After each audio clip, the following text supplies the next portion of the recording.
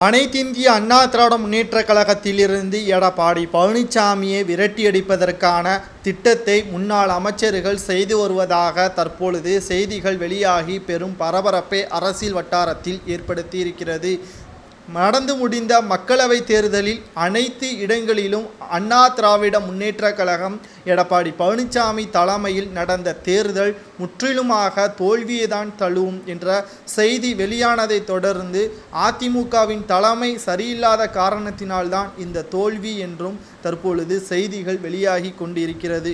ஒட்டுமொத்தமாக அனைத்திந்திய அண்ணா திராவிட முன்னேற்றக் கழகத்தின் தோல்விக்கு இதுவும் ஒரு காரணமாக அமையும். காரணம், எடப்பாடி பழனிசாமியின் திட்டமிடுதல் சரியாக இல்லாத காரணத்தினால்தான் அதிமுக இந்த மக்களவைத் தேர்தலில் பல இடங்களில் தோல்வி தழுவதற்கு வாய்ப்புகளாக அமையும் என்றும் திமுகவிற்கு வெற்றியாக இது ஏற்படுத்தும் என்ற செய்தி தற்பொழுது அதிமுகவின் அரசியல் வட்டாரத்தில் மிகப்பெரிய ஒரு திருப்பு முனையாக மாறியிருக்கிறது. ஜூன் 5ஆம் தேதி தமிழகத்தில் அதிமுகவில் மிகப்பெரிய ஒரு மாற்றம் நிகழும் என்று தற்பொழுது பேசும் பொருளாக மாறியிருக்கிறது. பொறுத்திருந்து பார்க்கலாம். அதிமுகவின் தலைமையை பன்னீர்செல்வம் அவர்கள் மீண்டும் தக்க வைத்துக் கொள்கிறாரா? எடப்பாடி பழனிசாமியை அதிமுகவின் நிர்வாகிகளை விரட்டி அடிக்கிறார்களா என்பதை நாம் பார்க்க தான் போகிறோம். ஒன்றல்ல இரண்டல்ல, சுமார் 40 தொகுதி புதுச்சேரியுடன் சேர்த்து தோல்விதான் என்ற செய்தி வந்தவுடனே அதிமுகவின் நிர்வாகிகள் அதிர்ச்சி அடைந்திருக்கிறார்கள்.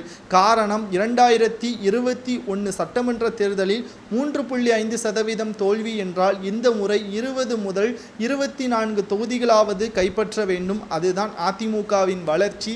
ஆனால் கடந்த 2019 மக்களவைத் தேர்தலில் ஒரு தொகுதியை விட தற்பொழுதும் 0 என்று பதிவு செய்யப்பட்டால் நிச்சயமாக அதற்கு முழுக்க எடப்பாடி தான் காரணம் என்று பன்னீர்செல்வம் அவர்கள் கூறுவது சரியா என்பதை கமெண்ட் வாயிலாக கூறுங்கள்.